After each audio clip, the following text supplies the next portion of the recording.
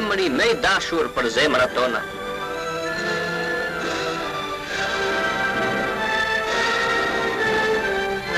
Stalinit të shtrenjtë, populli shqiptar i ka ngritur në shenjë mirënjohje një monument në zemrën e adheut vet në Tiranë.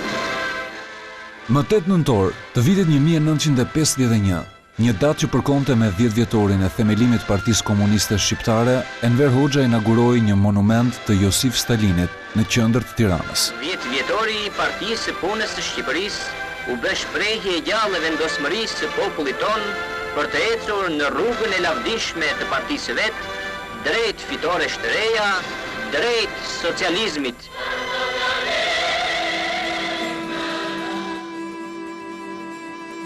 Nisur që nga viti 1945, figura e liderit komunist të Bashkimit Sovjetik kishte zaptuar për ditë e më shumë hapësirë në sheshet e paradave, si dhe më tepër radhë në fjalimet e oratorëve. Se ne na prinë në fitorje të rrugën e paqes, socializmit dhe të komunizmit, babai jo i lavdishëm dhe i adhuruar Josif Vissarionovich Stalin. Të gjithë shqiptonin lavde për nderimin e babait ton, atit ton, që duhet të rronte samalet në një kohë që i lëvduari nuk ishte asnjë lidhje me racën shqiptare. Rob të samalet, krijesari juaj Stalini i Madh, miku më i shtrenjtë dhe më i dashur i popullit të vogël shqiptar. Për Bashkimin Sovjetik dhe atin ton të lavdishëm që na mbronin atimon Stalinin e Madh. Ushtari Stalinit të malin e fushën e dete dhe konda me hetur me gake me zjarë. Ushtari Stalinit i vogël në fat.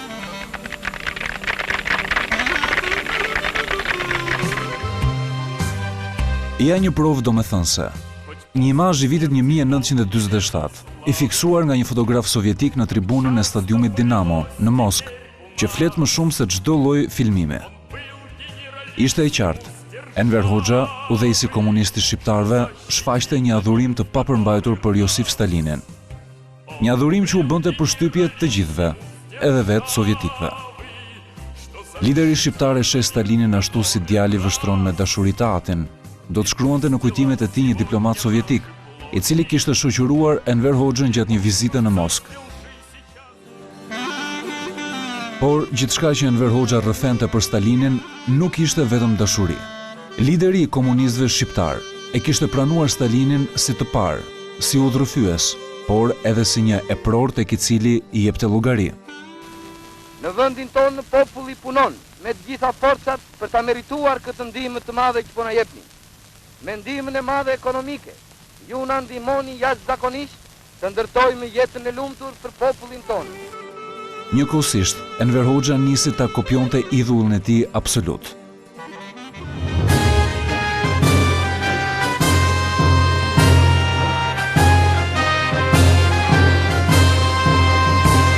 Сквозь ложь и хлам фальшивых постулатов, сквозь боль и стону.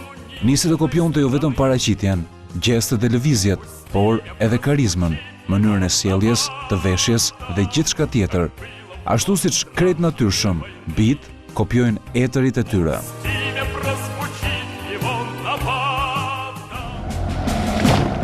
Paralelisht Enveri kopjoi edhe shtetin e Stalinit, mënyrën e të komanduarit të këtij shteti, diktaturën e proletariatit, apo të shumicës mbi pakicën e përmbysur, kontrollin e popullit përmes policisë politike.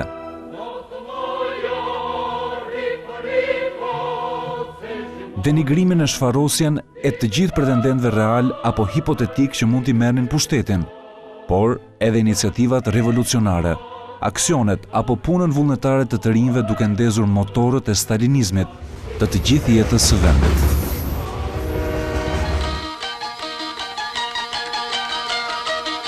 Pjesë e stalinizmit të vendit ishte edhe ky autobus i prodhimit sovjetik që në vitin e largët 1951 mbërriti në Kolgecaj, apo Bajram Currin e ardhshëm, duke u përcjell nga banorët si të ishte një anije kozmike aliene.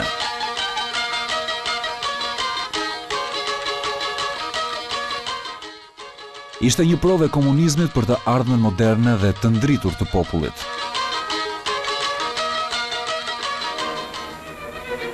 Përfaqësonjësit e partive komuniste dhe punëtore motra panë këto ditë sa larg ka ecur përpara Shqipëria me ndihmën e Bashkimit Sovjetik. Por bashkë me teknologjinë, kombinatet apo fabrikat e dhuruara, që ishin të firmuara si prodhime sovjetike, jetën shqiptare do ta mësynte edhe ideologjia e kulturës staliniane, me qëllimin final fabrikimin e njeriu të ri socialist.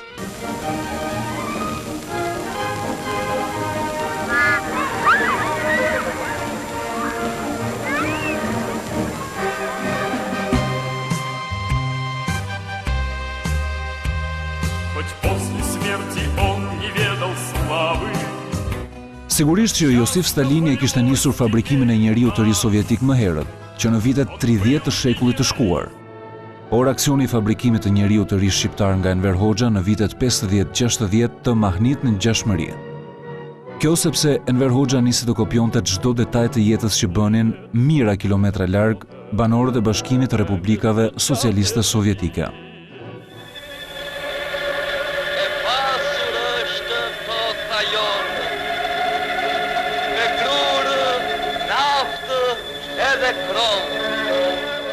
Duke kopjuar socializmin e Stalinit, Enver Hoxha kalon shpejt te kolektivizimi i bujqësisë dhe industrisë, një proces që shoqërohet me kundërshti të shumta nga ana e popullit.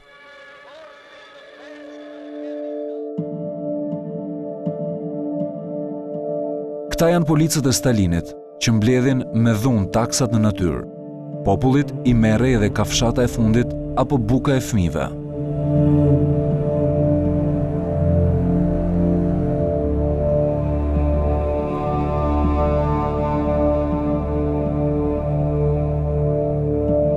Skenat janë identike me ato që ndodhin në Shqipërinë e pas luftës së dytë botërore. Një periudhë kohore që është pasqyruar edhe në filmin e njohur propagandistik Përballimi. Gërmota e gërbo, aty kam qenin e ngordhur unë. Mere. Ku shamar kula ku i qenit, dhe mos e të pro zullumi se do ta shkurtojmë gjunë.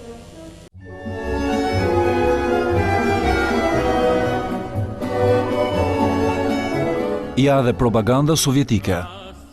Stalini shpenzonte miliona rubla për falsifikimin e imazhit, mbulonte të vërtetën duke thënë një realitet fantastik të socializmit në Bashkimin Sovjetik.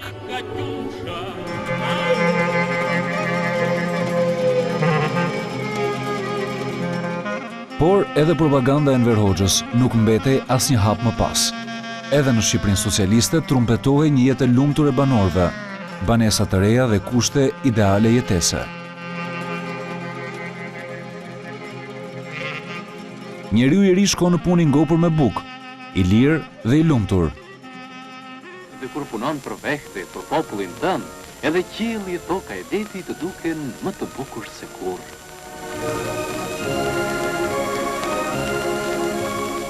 Ja dhe argëtimi sipas modelit stalinian.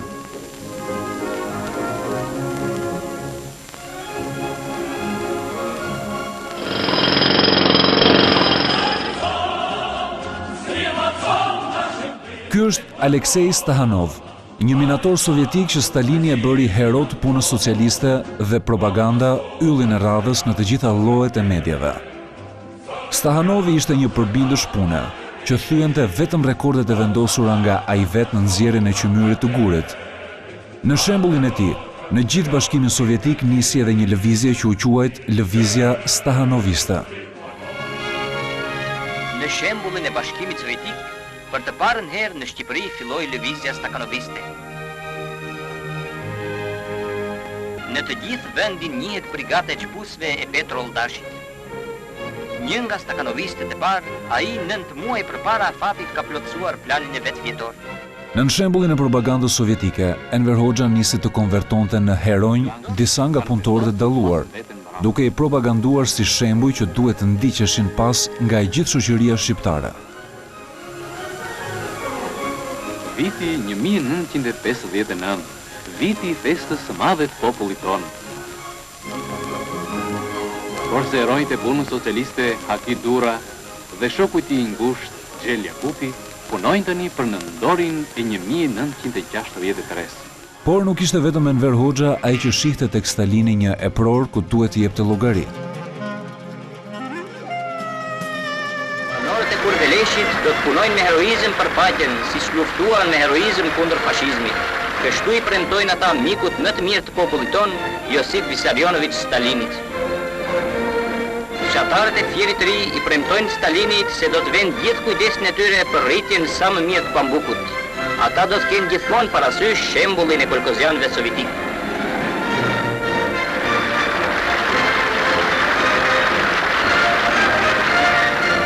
Me sheku i malsorët kanë jetuar të ndarë nga bota në sundimin e bajraktarëve. Me çduk për pambetjen shekullore të malësive tona.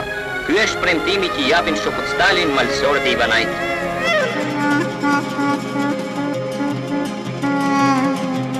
Është shumë e habitshme, por Enver Hoxha e kopjoi Stalinin edhe në përzgjedhjen e veprave të ndërtuara me anë të punës së detyruar të arrestuarve dhe të burgosurve.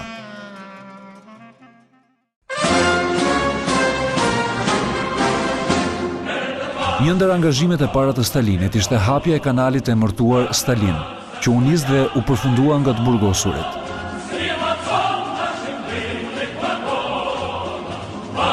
Sigurisht që propaganda e mbuloi faktin se gjatë ndërtimit të këtij kanali humbën jetën mijëra njerëz.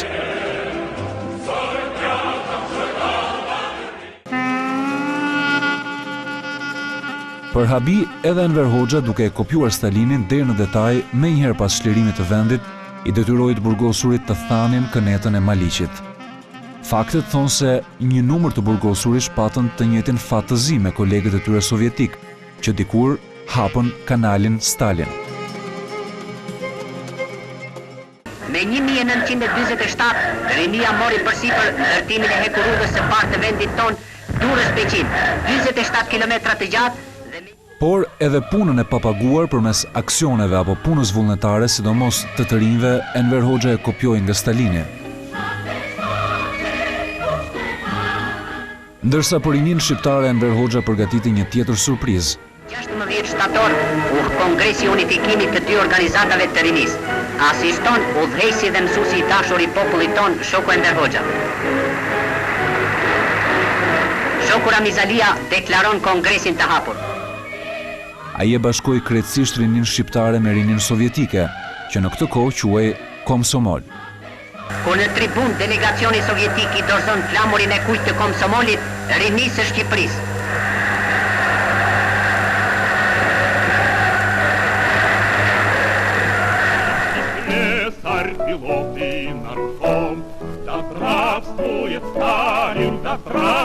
Por propaganda sovjetike nuk merre vetëm me trumpetimin e sukseseve të jetës së re. Propaganda ecte e shfrenuar edhe në trumpetimin e liderëve komunist. Shihni fotografitë e Stalinit në shtëpitë e banimit të qytetarëve sovjetik.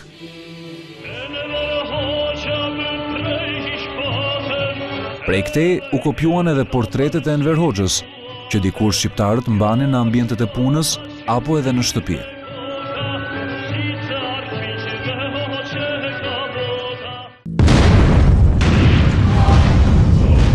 Stalini nisi një kasapan në vitet 30, duke hedhur në erë me eksploziv kishat, një pjesë të cilave ishin perla të arkitekturës. Duke i vënë flakën ikonave ortodokse dhe duke pushkatuar mira klerik. Njëkohësisht propaganda thoshte se feja ishte në kundërshtim me revolucionin popullor. Por dikur, pas fitores në luftën e dytë botërore, u frenua. Aksioni nisur kundër fesë dhe zakoneve trapanike kërkon formim të mirë ideologjik, studim të literaturës marksiste-leniniste e në radhë të parë të historisë së partisë son edhe të porosive të shokut Enver, i cili me kohë ka paralemruar se mungesa e vigjilencës ndaj ideologjisë që përhap kleri do të thotë kapitullim para armikut që ngre kokën. Ndërsa Enver Hoxha, duke kopjuar edhe në këtë nisëm, mbase për herë të parë, ja kaloi në kthes liderit të tij shpirtëror.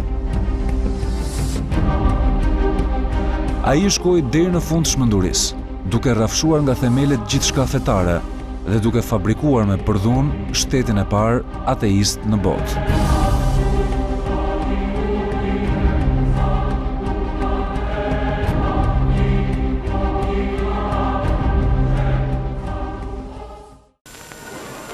Shqipërinë ndal nga Bashkimi Sovjetik mijëra kilometra, por kur njeriu hyp në zogun e Argjend, Tiranën nga Moska ndajnë vetëm 3 orë.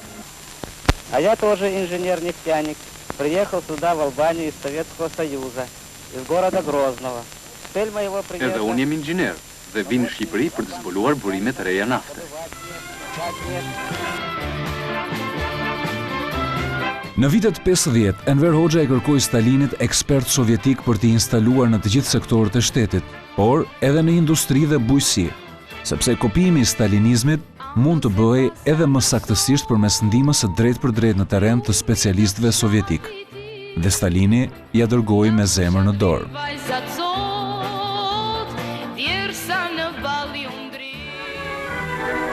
Dyherë heroine e punës socialiste, Basti Bagirova, e ardhur me delegacionin sovjetik në rastin e muajit miqësisë shqiptaro-sovjetike, u mëson fshatarëve të reja metodën e vet të mbledhjes së pambukut.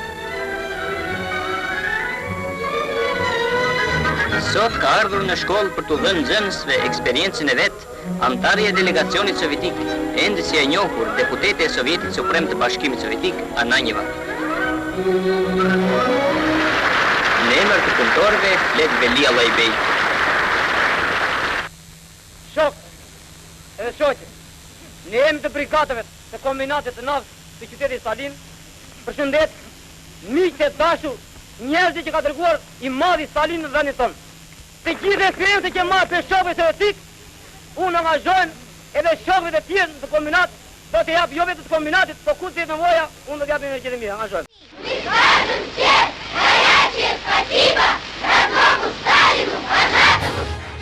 Ja dhe edukimi i fëmijëve në Bashkimin Sovjetik.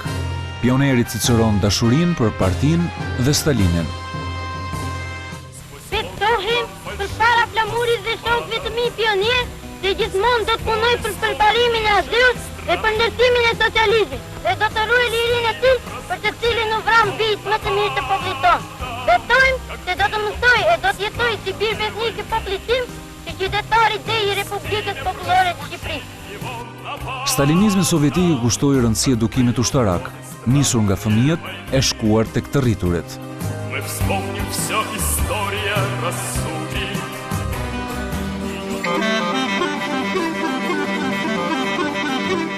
Të njëjtën tendencë kopjoi edhe Enver Hoxha.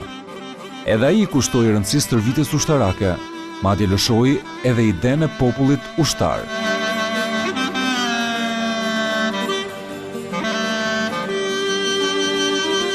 Ja edhe kulmi i propagandës komuniste.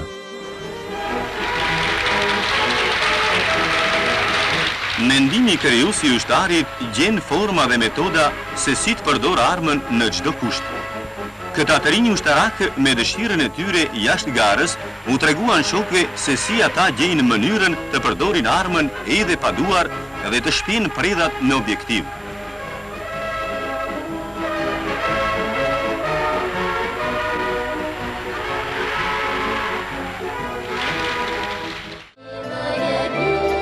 Kameramanët kanë fiksuar një puthje flagrante të Stalinit, por edhe Enver Hoxha puthej me afsh me bashkëpunëtorët e tij të ngushtë.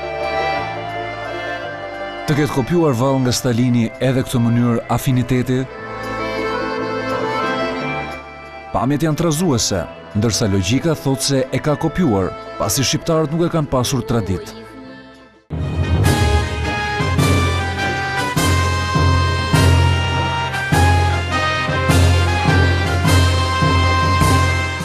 Ja dhe paradat, qoftë civile, qoftë ushtarake, të kopjuara deri në detaj nga Enver Hoxha.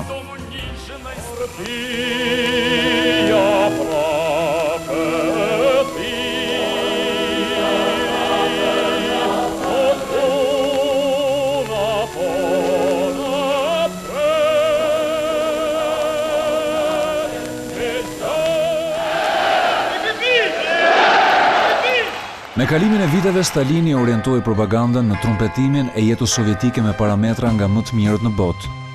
Të mashtruar nga propaganda dhe të verbuar nga censura, delegacionet të huaja, kryesisht marksiste-leniniste, kafshuan Karremin, duke e konsideruar Bashkimin Sovjetik si një vend me mirëqenie të hatashme dhe duke e parë Stalinin si një superhero të humanizmit.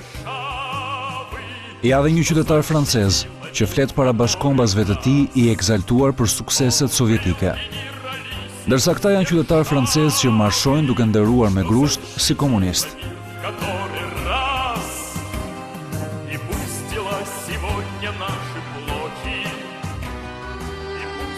Por Enver Hoxha ishte edhe më finok.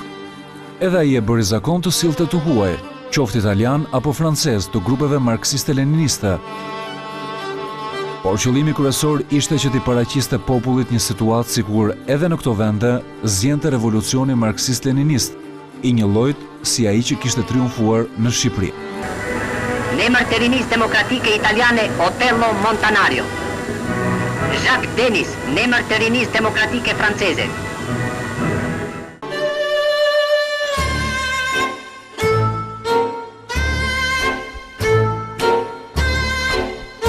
Por me gjithë propagandën, realiteti në vendin e Sovjetëve ishte i tillë. Radh pambarim në dyqanet Bosch.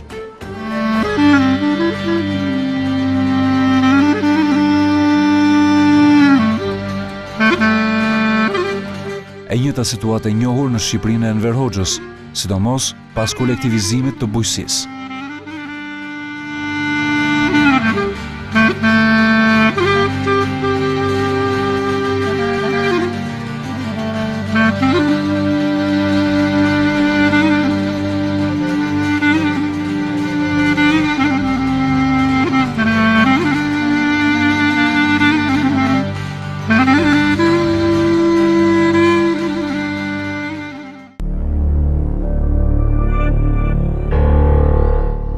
Ja dhe talenti i Stalinit në vizatim, kur punët nuk i esnin mbar.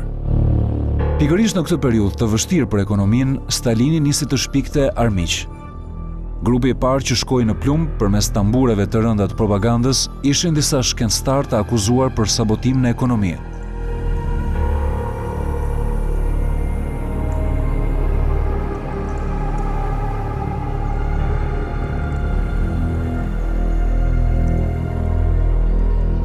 Por edhe Enver Hoxha në vitet 70 kur ekonomia po gremisej, përpikmërisht se Stalini nisi të shpikte grupe armiqësore. Shikojeni me kujdes këtë njeri. Është gjykatësi famkej sovjetik Andrei Vishinski. Me anë të tij, Stalini eliminoi pothuajt të gjithë kundërshtarët, bashkë me ata hipotetik.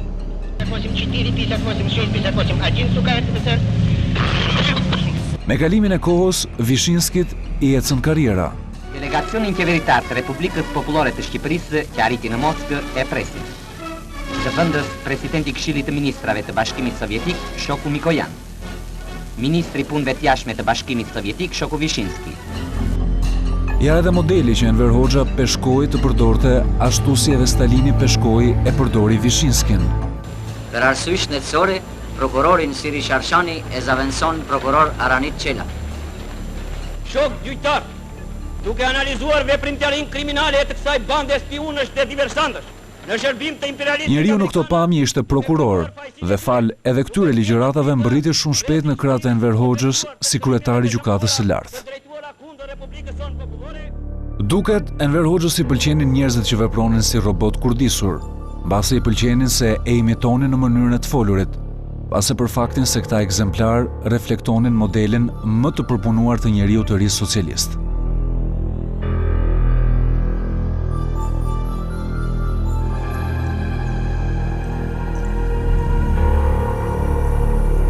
Ja dhe shteti policor i Stalinit ngjan si dy pika uji me ato që kopjoi Enver Hoxha.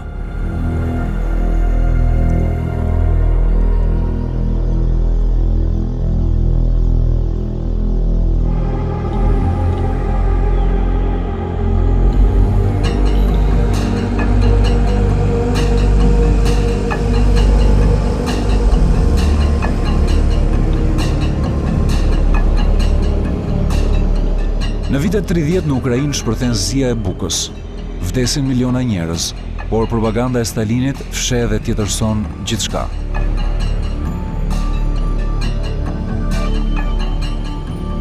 Një deputet francez që kalon përmes katastrofës mbetet i mahnitur nga mirëqenia dhe bolloku në Ukrainë.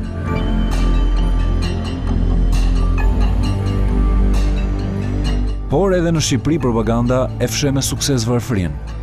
Ajo rezultonte e skajshme, sidomos në fshat. Ja edhe provat e fiksuara nga një fotografi huaj në vitin 1969, ndërsa frazat "s'kemi bukë për të ngrënë" nisën të shfaqeshin shpesh në dokumenta hetimor, si prova për akuzat e agitacion propagandës.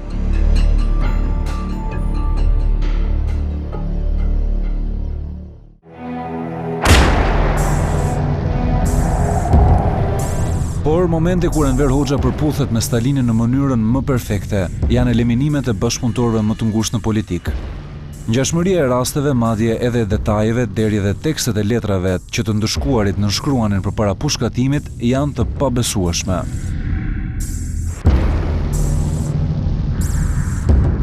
Grigori Zinovjevi dhe Lev Kamenievi ishin antar të byros politike dhe dy nga njerëzit që ndihmuan Josif Stalinin të fitonte mbi rivalin e tij, Leon Trotskin, dhe të zinte vendin në krye të partisë. Kohë më pas të dy u akuzuan si devijues. Në këmbim të premtimit për faljen e jetës, pranuan publikisht të gjitha akuzat false, por një ditë pas dënimit, me 25 gusht 1936, Stalini i pushkatoi. Koçi Xoxe ishte numri 2 i komunistëve shqiptar deri në vitin 1948, i preferuar i jugoslavëve, por edhe sovjetikëve, dhe kandidaturën në hije për postin e Enver Hoxhës u akuzua për tradhtim ndaj partisë dhe AD-ut. Ashtu si edhe Kamenievi dhe Zinovjevi, në këmbim të faljes së jetës, edhe Xoxe pranoi publikisht gjithë akuzat false. Por, me njëherë më pas, Enveri e pushkatoi. Mihail Tomski ishte antar i byros politike. U akuzua si devijues pasi kundërshtoi kolektivizimin e ekonomisë dhe bujqësisë. E detyruan të vetëvritej më 22 gusht 1936. Ja një pjesë e letrës së tij për Stalinin. Të drejtohem jo vetëm si udhëheqës i partisë, por edhe si një shoku të vjetër të luftës me një lutje të fundit. Mos i beso shpifjes së pacip të Zinovjevit. Unë nuk kam qenë në asnjë lloj fraksioni. Por edhe Mehmet Sheun, kryeministrin më jetëgjatë të Shqipërisë, Enver Hoxha e detyroi të vetëvritej, ashtu si Stalini detyroi Tomskin. Para se t'ja hiqte vetes me plumb, më 17 dhjetor 1981, Mehmet Sheu i shkroi Enver Hoxhës një letër ku e këshillonte që të mos besonte Jagon dhe Hrushovin, respektivisht Kadria Zbiun dhe Ramiz Alin.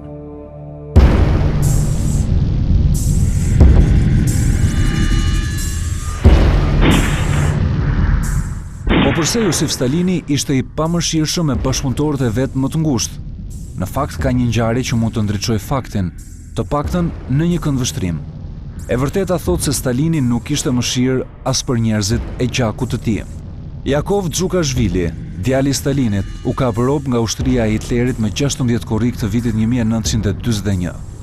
Kohë më pas, Hitleri ofroi Stalinit lirimin e të birit, duke e këmbyer me fjeldmarshallin Friedrich Paulus të dorëzuar në Stalingrad.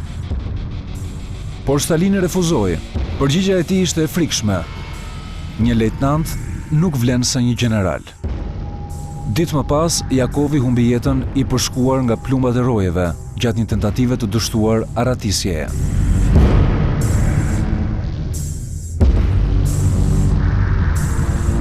Për habi, Enver Hoxha e ka kopjuar Stalinin edhe në këtë rast. Në pamje të parë, në diktatin e parimeve, ai arrestoi dhe pushkatoi pa e vrarë shumë dërgjegja kunatin e vet, apo burrin e motrës, Bari Omarin.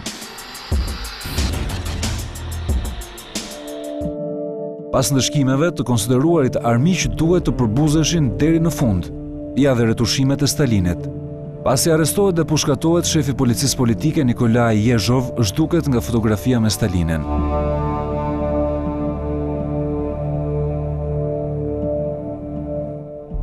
Por, Enveri edhe me retushimet ja kalon Stalinit. Pasi ai nuk zhduk vetëm figurat, por zgaravit edhe emrat. Në qëllim kryesor të njëjtë, Stalini dhe Enveri ndryshojnë paksa në firmosjen e dënimeve me vdekje. Stalinit ja përgatisnin listat krerët e policisë sekrete, kështu që i mbetet i the një firmë të vetme për të ekzekutuar dhjetra të dënuar. Ndërsa Enver Hoxha preferonte të hidhte firmën pasi shqyrtonte me kujdes të gjithë emrat e dënuarve nga gjykatat. Ja edhe korrja e rezultateve konkrete të fabrikimit komunist, apo produkti bruto i monstruozitetit të stalinizmit sovjetik. Fëmia në këto pamje detyrohet të flasë kundër të atit, që është sjellë si kundër revolucionar. Por edhe klonimi i frikshëm që realizoi shumë shpejt stalinizmi enverian nuk mbetet pas. Plaku i kputur nga vrasja e të birit thotë se gjithçka ja fal partisë. E në unë djalin e kom falë partisë, e në djalin tjetër i kom mërit e kom falë partisë, e në familjen të me gjitha, në trupin të në kishe vraki për partisë e kom falë, këroj partia me u fjesin kryet.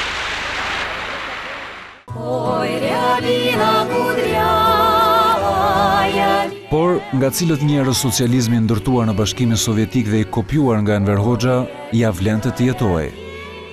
Sigurisht jetesa ishte ndryshe për kastën e të përzgjedhurve, të atyre që pushteti kishte mbajtur pranë për shkak se i shërbenin në mënyrë të verbër. Josif Stalini, ideuesi dhe fabrikuesi i njeriut të ri komunist, vdiq më 5 mars të vitit 1953.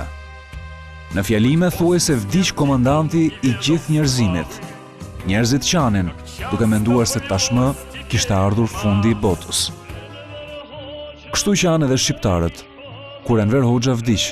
Ashtu si sovjetikët pas vdekjes së Stalinit, shumë prej tyre shkuan në mend të njëjtën frazë fatale.